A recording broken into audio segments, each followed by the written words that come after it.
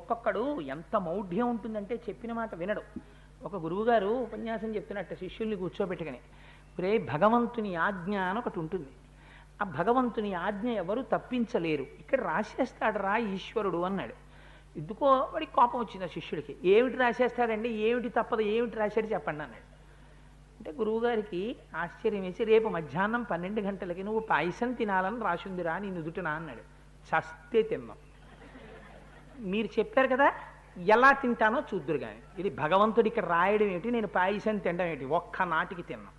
ఊళ్ళో ఉంటే ఎవరైనా పొరపాటున పెడతారో నేనే తింటానో, అడవికి పోతానన్నాడు. పోయి అడవికి వెళ్ళి కూర్చున్నాడు.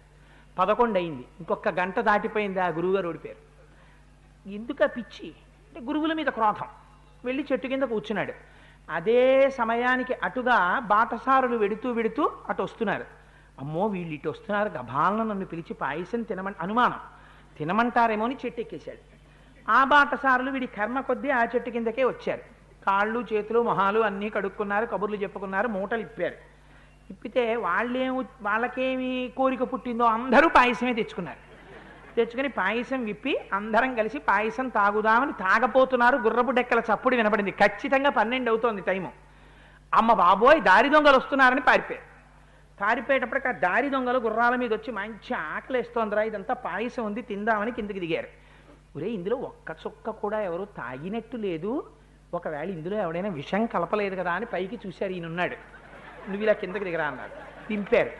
ఎరా నువ్వు ఇందులో విషం కలిపావా అన్నారు. మహాప్రభో నాకు అసలు ఏమీ తెలియదు, వాళ్ళు ఎవరో పెట్టారన్నారు. నువ్వైతే ముందు తాగన్నారు. అయ్యో పాయసం తప్ప ఏదైనా తాగుతానన్నాడు. అమ్మ అయితే వీడికే తెలిసి ఇందులో రహస్యం, నువ్వు తాగుతావా పొడి చేయవా అన్నాడు. ఏం చేస్తాడు, ఖచ్చితంగా 12 పాయసం తాగాడు. వాడికి ఏం అవ్వలేదు, అవ్వాల్సింది అయిపోయింది, చాలదు. అందుకని ఒక్కొక్కడి మూర్ఖత్వం అంతే.